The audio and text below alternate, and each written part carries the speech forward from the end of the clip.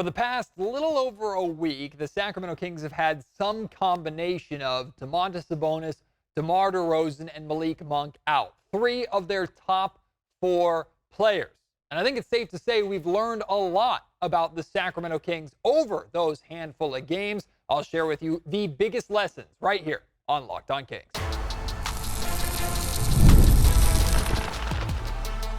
You are Locked On Kings, your daily Sacramento Kings podcast, part of the Locked On Podcast Network, your team every day. And now, ladies and gentlemen, it is that time for another episode of Locked On Kings. Hello and welcome into Locked On Kings, your podcast hub for Sacramento Kings coverage all season long. Today's episode is brought to you by PrizePicks. Download the PrizePicks app today and use code LOCKEDONNBA to get $50 instantly when you play your first $5 lineup. You don't even need to win to receive that $50 bonus. It's guaranteed. PrizePicks, run your game. My name is Matt George. I have the privilege of being your host here. I'm a Sacramento sports anchor and reporter for ABC 10 News. Obviously, the Sacramento Kings can't be the best version of themselves when they are missing so many important players. And yes, over that 4-game homestand where the majority of it, the Kings were without DeRozan and Sabonis, and of course Malik Monk missed all of it with his moderate ankle sprain, the Kings went 2-2. We have higher expectations than that. The 2 losses were very close losses. And in fact, that's been a theme of this season so far. Later on in the podcast, we'll talk about the amount of close losses that the Sacramento Kings have had already this season and how there's both an optimistic and pessimistic way of looking at that. That's all to come.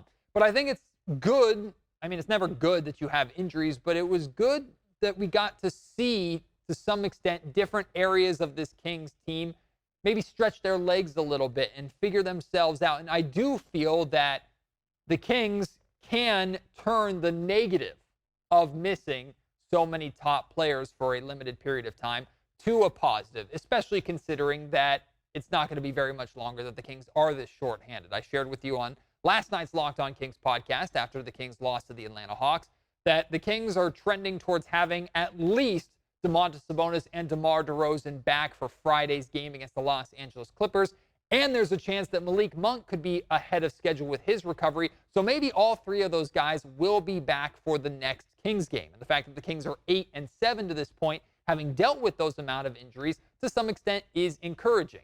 But the only way that the Kings continue or turn this negative into a positive is if they learn from the lessons that they have been taught or that have been revealed over the course of these handful of games that they've been shorthanded. And I'm going to share with you some of the biggest lessons that I have learned or some of the biggest takeaways that I have had from these games. The first one is De'Aaron Fox is clearly 100% the star and best player on this Kings team, and he needs to play like it all of the time.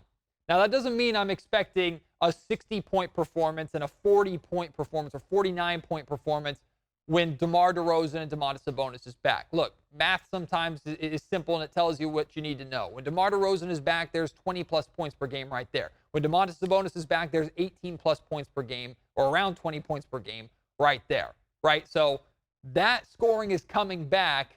Those shots are going to be going to other players. So De'Aaron Fox is going to have a harder time scoring as many points as he has over these last 3 games when it was pretty much just him. I know Sabonis played for the majority of the Minnesota game, the overtime game that the Kings lost, but still you get my point. But to me, even on nights where Fox isn't the leading scorer, because there are going to be nights where Sabonis has it going, or DeRozan has it going, or Keegan has it going, or Malik has it, whoever. Doesn't mean that Fox has to be the leading scorer every single night. But he needs to be featured in the offense like he is. And what I mean by that is the way we've seen De'Aaron Fox play over these 3 games can be played, or that can coexist, that can continue despite him not having as good of numbers. De'Aaron Fox can continue to attack the basket, touch the paint, get downhill the way that Kings assistant coach Luke Laux has challenged him over these 3 games, and he's clearly responded. 4 games, really, if you go back to the Phoenix Suns win. De'Aaron is capable of playing that way with anybody and everybody on the floor. Doesn't matter if it's somebody that takes 20 shots a game or someone that never shoots the basketball. Fox can play that way. It doesn't mean that he's going to have 40-point and 60-point nights regularly. Doesn't mean that he's going to be he's going to be taking the 25 to 30 shots a game and even above 30 shots per game that he's taken over these past handful of games out of necessity because DeRozan and Sabonis and Monk were out. But Fox can continue to get downhill. He can continue to attack. And in theory, having DeMar DeRozan out there with him, for example, it should make things easier because with DeRozan out there, even if the spacing isn't as great, although DeMar is more than capable of standing in the corner or standing at the top of the key and knocking down a 3. He's shooting around 40% from three-point range this season. He's not a volume three-point shooter, but he can knock the shot down when needed. So it's not like DeMar DeRozan is going to come back and be standing right in De'Aaron Fox's lane to where Fox can't attack the same way.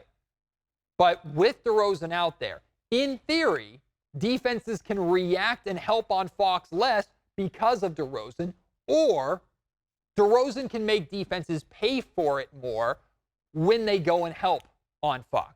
So De'Aaron needs to be attacking the basket and playing the same way when all of these guys or some of these guys are back. Regardless of who he's out on the floor with, as long as Fox is physically capable of playing this aggressive, he needs to be playing this aggressive. And now this kind of, what we're talking about with Fox and DeRozan specifically, kind of falls into the next lesson learned. And that's that pace is very important to the Sacramento Kings, especially in the half-court offense, right? We think of pace and we think of getting out in transition. Kings get a defensive rebound, quick outlet pass to De'Aaron Fox, and you're off to the races, right? Trying to score quickly before the opposing team is set. And that's still 100% an important focus of Sacramento. But when they do get into the half court, the way that the Kings have been moving the ball in quick passes and backdoor cuts, and the ball has, like we've talked about, it's a term that Kings assistant coach Doug Christie uses, the ball has energy. And that pace of which the ball is moving, the Kings players are moving, and how quickly they are making decisions and reading and reacting to each other, that needs to continue because that is when the Sacramento Kings are at their best. And incorporating DeMar DeRozan into that may at times be difficult. I'm not saying that the Kings have to slow down in order to incorporate DeRozan, or DeRozan is not incapable of playing with that pace, because you go back to that Phoenix game when he got hurt, and the Kings were playing with that pace throughout the first half before DeRozan exited that game. So we know he's capable of doing it. To me, like we've talked about, it's a balance, right? It's when do we feature DeMar DeRozan and his isolation mid-range scoring and just give him the ball and tell him to go and get us a bucket?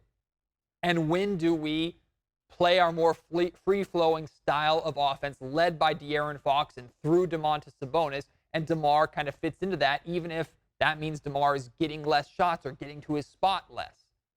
There has to be a balance that's found. And I do feel, while it's not an overly negative thing, I do feel that in an effort to incorporate DeMar DeRozan and make him comfortable and maximize DeMar DeRozan's impact early this season, I do feel the Kings have maybe been too over-reliant on DeRozan's ability to get this team a bucket, to where the Kings haven't moved the ball the same way, or Fox hasn't attacked the basket the same way. The Kings need to find a balance with DeMar DeRozan's return. Hear me very clearly. There's no way in any stretch of the imagination where DeMar DeRozan returning is a negative thing for the Sacramento Kings or has a negative impact on the Kings offense. But what we've learned over these past 2 games and a half that DeMar hasn't played, or is it 3 games now? Honestly, they blend together. These past handful of games that DeMar DeRozan hasn't played, what we've learned is that the way the Kings play with pace on the offensive end is extremely important to everybody playing their best and the Kings firing on all cylinders. And DeMar needs to fit with that because DeMar was brought in to help the Sacramento Kings, not to be the feature of the Sacramento Kings offense. Another thing we learned, Keegan Murray. He's not ready to be a primary scoring option. He's not. And that's okay. I mean, maybe it's disappointing with him being in year 3 and it's disappointing with him being a 4th overall pick. And all of us would rather Keegan work his way out of this shooting slump sooner than later. I'm not excusing Keegan Murray's offensive struggles so far this season. The Kings right now, I think, can afford not having Keegan as their primary option, especially in games when they're at full strength. On nights like the last couple of nights when they've needed Keegan to step up offensively and he hasn't, that hurts this team a little bit more. And I'm very confident in Keegan's ability to work through this slump. And I do know that there will be multiple times this season where Keegan's offense will directly impact Sacramento's winning and at times may even carry the Kings through stretches of a game or even help them win a game outright. That is going to happen this season. But I think it's clear that Keegan is not ready to be a featured primary scoring option in this Kings offense yet. And I think the Kings had probably a pretty good feel or pretty good idea of that when they went out and got DeMar DeRozan to upgrade this roster and get themselves another bona fide bucket getter this past summer. It's not just that he's shooting poorly, it's how he was getting his shots over these couple of games that spoke volumes to me. Because, look, I know he's a lethal three-point shooter and he can catch and shoot effectively. But at times he was hesitant to take good looks, and when he did try and put the ball on the ground and attack the basket, I thought it was a little too simple, it was a little too one-dimensional, and even times a little soft.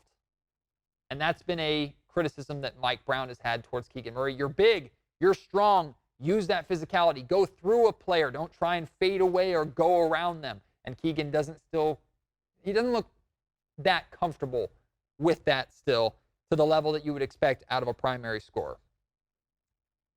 He actually, believe it or not, statistically is one of the most efficient players scoring at the rim in the league. But he doesn't get to the rim enough to really exploit that. And I know we've heard a lot of this, especially recently. Mike Brown and different guys say Keegan is not only, he's not just a catch and shoot offense option from 3 on offense anymore like he was his rookie season when he was at his best offensively. I understand that. I will say, though, maybe it's time where you don't have to completely revert back to that, but simplify things a little bit again for Keegan and get him focused on that again to where he can work through the shooting slump and then maybe try to re-add on some of these primary scoring option or shoot off the dribble, score off the dribble, offensive options on top of him, on top of that again. I don't know. I think offensively simplifying things for Keegan again when you're asking him to take on so much defensive and rebounding responsibilities, simplifying things on offense again might do the guy wonders. There are other things that we've still learned that we're still going to get to, like the Kings' depth, how the offense can survive without Domantas Sabonis, the Kings and their attraction to close games. We're still going to touch on all of that here on the Locked On Kings podcast. Like I said at the top of the show, today's episode of the Locked On Kings podcast is brought to you by PrizePicks. PrizePicks is the best place to get real money sports action with over 10 million members and literally billions of dollars of awarded winnings. PrizePicks has made daily fantasy sports accessible to everybody. All you do is pick more or less on at least 2 players for a shot to win up to 100 times your cash. Run your game all season long at PrizePicks. So PrizePicks is something that you can commonly play for just a Kings game against their specific matchup, like for the Kings and Atlanta Hawks last night. If you had taken more than 28.5 points for De'Aaron Fox and more than 11.5 assists for Trae Young, well, you would have been a winner. At least I think. I'm pretty sure De'Aaron Fox had 29 points last night. But you get my meaning, right? Or you could play it intermingling leagues, right? On a Sunday, you could have some basketball action as well as some football action, depending upon what you're into. There's so many fun and creative ways to play and win on PrizePicks. So download the app today and use code LOCKEDONNBA to get $50 instantly after you play your first $5 lineup. Again, go to prizepicks.com or download the app. Use our code LOCKEDONNBA to get $50 instantly after you play that first $5 lineup. You don't even have to win. Just play that $5 lineup. You'll get $50 immediately into your account. PrizePicks. Run your game. Continuing on with the lessons that we've learned about the Kings with so many stars out and being so shorthanded over these past handful of games. I think we've learned a lot about Sacramento's depth. Their depth was a big concern to start this season, right? When DeRozan was playing and Monk was playing and Sabonis was playing, the Kings were playing their starters and their main guys heavy minutes. Now, I think we have a better understanding or better idea of the depth of this Kings team and how effective they can be. And specific guys that I'm talking about are like Trey Lyles and Keon Ellis, right? I think they've reaffirmed their status as quality NBA rotation players that should make nightly impact. And it's all about consistency. But here's the thing. Consistency goes both ways. Because for Trey Lyles and Keon Ellis, they need to consistently make positive impacts, whether it's scoring the basketball, grabbing rebounds, playing defense, a combination of everything. Consistently be there. That doesn't mean that they're going to be bad games. I certainly don't expect Keon Ellis to consistently have 9 3-pointers in a game, or for Trey Lyles to consistently score in double digits like he has in, I think, 3 of the last 4 games that he's played. But if Trey and Keon can consistently be 3-point threats and knock down those open shots when they get them, they can consistently be attacking the glass. Keon can consistently be that defensive impact player that we know he's capable of being and fill up the stat sheet in that way. Or Trey Lyles can consistently be the enforcer for the Sacramento Kings with that second unit game in and game out. That's great. That's what the Kings need out of them. But like I said, consistency goes both ways. And consistency also comes from Mike Brown having consistent minutes and consistent lineups that those guys are featured in on a night-in, night-out basis. So some of the responsibility is on Mike and the coaching staff to put these guys in similar positions on a nightly basis to where Keon and Trey know every single night, I'm going to get into the game. This is going to be my responsibility. I'm going to come in around this time. I'm going to be playing with these guys. They still have to be ready for anything because as depth pieces, like we saw with these last handful of games, if somebody goes down, they have to be ready to take on big minutes. And I think they've shown that they're capable of doing that. But on a nightly basis, when this team is at full strength, the Kings and Mike Brown need to do a better job, I feel, of featuring those guys and treating those guys like they are a everyday part of what the Kings do, the same way that Fox and Sabonis and Monk and these other top guys are treated. I'm not saying you feature Keon or Trey the same way you feature your stars. But there were times last season when we talked to Harrison Barnes, and Harrison shared with us that Mike didn't draw up any plays for Harrison. Harrison's job was just to, whichever lineup he was out there, he would read and react and play off of them, and that was a difficult role for Harrison Barnes to play, and I think that directly contributed to the inconsistencies of Harrison Barnes' numbers and his impact on a game. Now, I also think, for Harrison specifically, he also did some things himself that led to those inconsistencies. But I don't want Keon and Trey to just be guys that are responsible for fitting in every single night.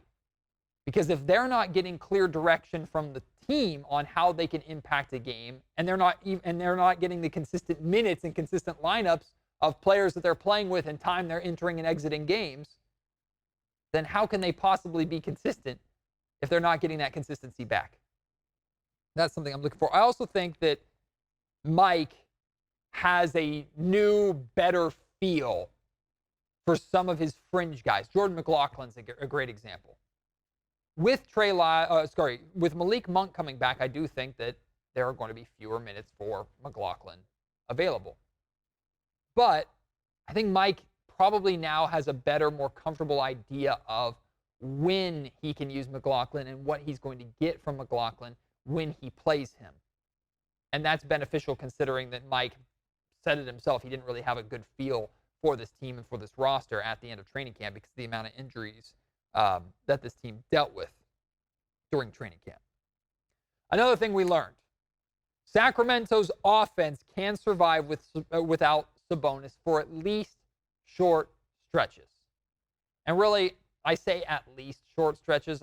I should say at most short stretches because, look, as great as it was to see the Kings win a basketball game without Sabonis the other night against Utah, and they had a great chance and arguably should have won the game last night against Atlanta. it's very clear that nobody on this roster can do what Sabonis does because really nobody in the league other than Nikola Jokic can do what Sabonis does. If the Kings were without Sabonis long term, knock on wood, please God don't let that happen, I think this team would be in a world of trouble. And nothing that we saw from these games changed my mind on that. But if there are times where it's a game or two that Sabonis is missing, or at the very least stretches of games where Sabonis just needs a breather, I think we now have a better idea of the offense can be effective and it can survive without him. But their effectiveness is also a lot more one-dimensional. And specifically, I mean, one or two guys have to step up and kind of be ball dominant. Fox, of course, from what we've seen. Keon Ellis last night being the guy to knock down those shots. When Domantas Sabonis is out of the game, it's not that the ball movement plummets, it's just the ball movement changes. And when Sabonis is not playing, I think the Kings are going to have to heavily rely on isolation, get yourself a bucket scorers, and the rest of the team needs to play off them. So when Domantas Sabonis is out of a game for a 5-minute stretch to get rest, it's going to be on Monk or DeRozan or Fox to really take over. And then Keon, Trey, Herter, Keegan, all these guys need to play off of them. I think that's what I've learned from how this offense can run when Domantas Sabonis is out. That can work in small stretches. I don't know how well that's going to work, though, when the Kings make the playoffs again. Finally, the last lesson, no matter who is in or who is out, no matter who is playing or who is hurt, the Sacramento Kings are attracted to close games. G-Man, Gary Gerald, legendary Kings radio broadcaster, put this out on social media, and I was thinking about it way too much last night. 5 of the Kings' 7 losses this season have been decided by a total of 14 points.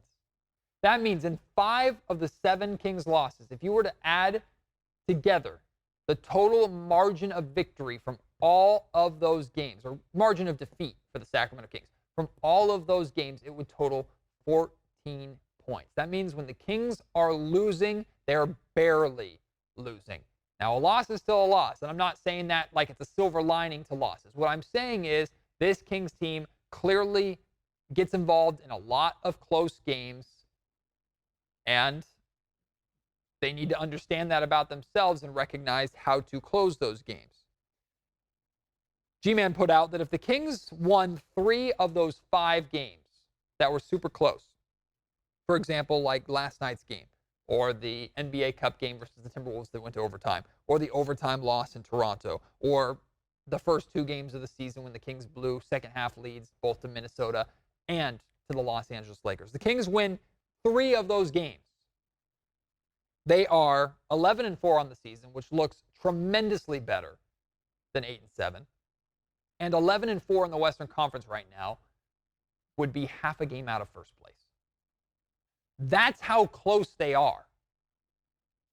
That's how close. That's also how close the West is, right?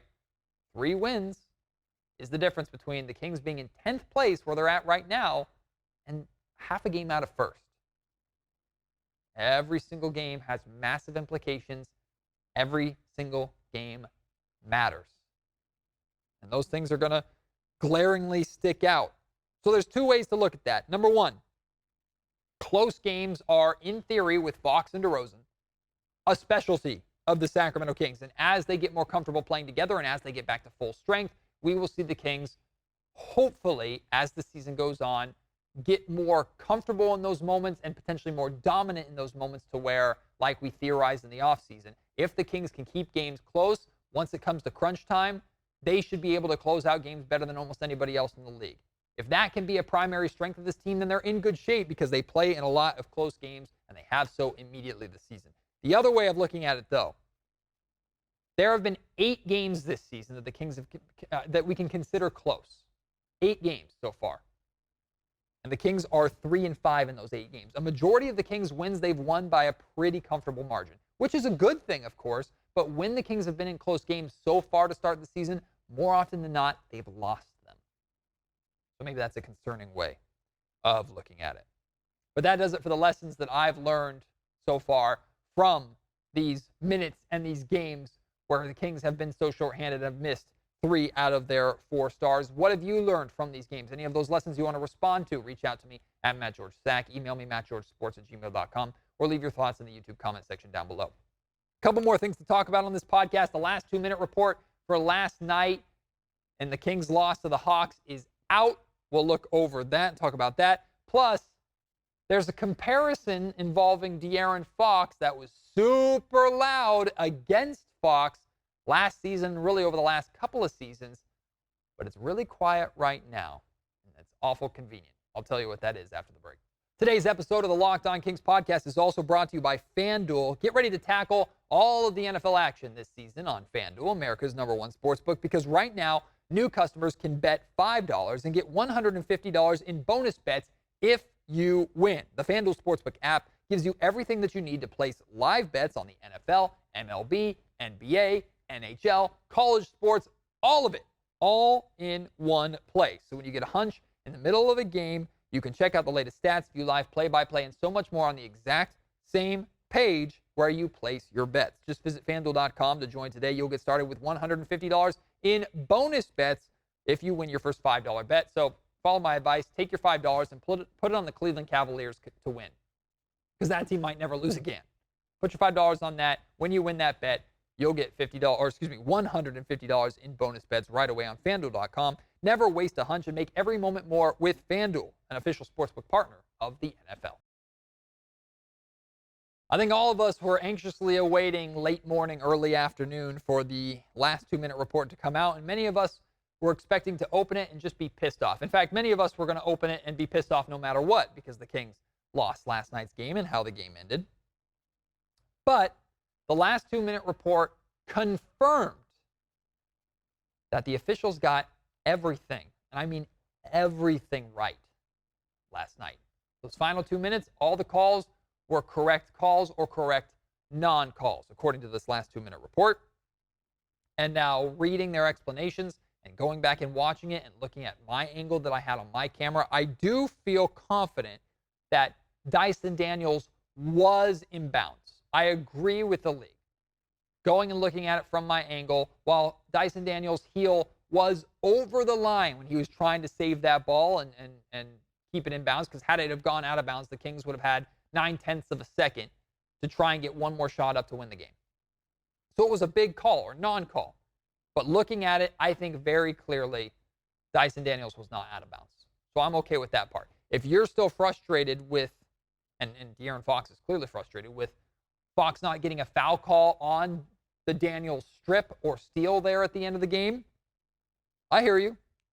I understand. All I can do is go off of what I've seen, and the footage that I've seen, including my own footage that I've shot. I don't think, you might kill me for this, I don't think it's definitive enough to overturn it. I've seen that picture. I've seen that shot where it looks like clearly Daniels' hand is on the wrist of Fox, but it's also kind of obscured by the ball. So if you feel that way, and if you feel like you have conviction in this, Fox was fouled because of this image, that's fine. Me personally, I guess the best way to sum it up is that loss I can live with. That result I can live with. I didn't think it was so good. There were some calls for sure in that fourth quarter that were egregious that did result in the Kings ultimately losing that game. I'm not talking about those. I'm just talking about this play that was broken down on the last 2-minute report. I can live with that result, me personally. That's just me. I honestly feel like, truth be told, had the last 2-minute report come out today and said that, no, Dyson Daniels was out of bounds, or no, De'Aaron Fox definitely was fouled, would we really feel any better? We'd be pissed. I'd be pissed. I'd rather the Kings lose when they got the calls right. Now, again, this is them saying they got the calls right. You don't have to necessarily agree with them, but I'd rather that than the last 2-minute report come out like it's done many, many times over the year and said, oops, sorry, we got it wrong. Kings, you still lose. We'll do better next time. That never feels good. In fact, the last 2-minute report in general just sucks. I hate it. Get rid of it.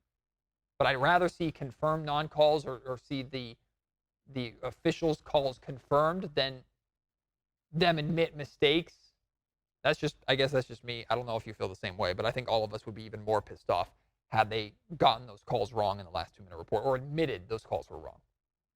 Last thing I want to talk about. I'm not trying to start anything here, although I know it's going to start something, but it needs to be talked about. At least I feel it needs to be talked about, because if not, it's a double standard. Boy, the De'Aaron Fox, Tyrese Haliburton conversation sure has gotten quiet, hasn't it? Very, very quiet. And I'm not trying to hate on Tyrese Haliburton at all. I'm not, because I'm a fan of Tyrese, love the guy, really enjoyed covering him in his brief time that he was here. I think he's awesome. I absolutely do think he's a star in Indiana, and Indiana should be very happy with him. I'm talking about all the people that were talking crazy about how much better Tyrese Haliburton was than De'Aaron. And those people were in Indianapolis, of course. Those people were around the NBA and the national media, or just fans on social media. There were even some people in Sacramento that were saying stuff like that. It's not true. It's never been true. And the numbers are finally starting to reflect it. And now that the numbers reflect it, you ain't hearing a damn thing about it. De'Aaron Fox has played 15 games. Tyrese Haliburton has played 14 this season. Fox is averaging 28.8 points per game to Haliburton's 16. Fox is averaging 5 rebounds a game to Haliburton's 3. Haliburton's always been a better passer and had better assist numbers, but it's 8.5 to 5.7. It's not super, super drastic like it was last season. Fox averages more steals than Haliburton. Fox has a better field goal percentage, 3-point percentage drastically. Fox is shooting 35% from three-point range. Tyrese is shooting 28% from three-point range. Fox has a better free throw percentage. He's a more efficient shooter, and he's got better BPM and better VORP. All of this, Fox is better than Tyrese Haliburton at. And you can't go crying to, well, but Tyrese Haliburton's team wins, because the Pacers have 2 fewer wins than the Kings and 1 more loss than the Kings, and they're playing in the cookie-cutter, easy mode Eastern Conference. And I have no problem saying that and insulting every single team in the East. I know the Boston Celtics were the champions last year. They came out of the East. But the Eastern Conference compared to the West is a freaking joke. The Sacramento Kings have 2 more wins than the Pacers. They're in 10th, and the Pacers are in 8th.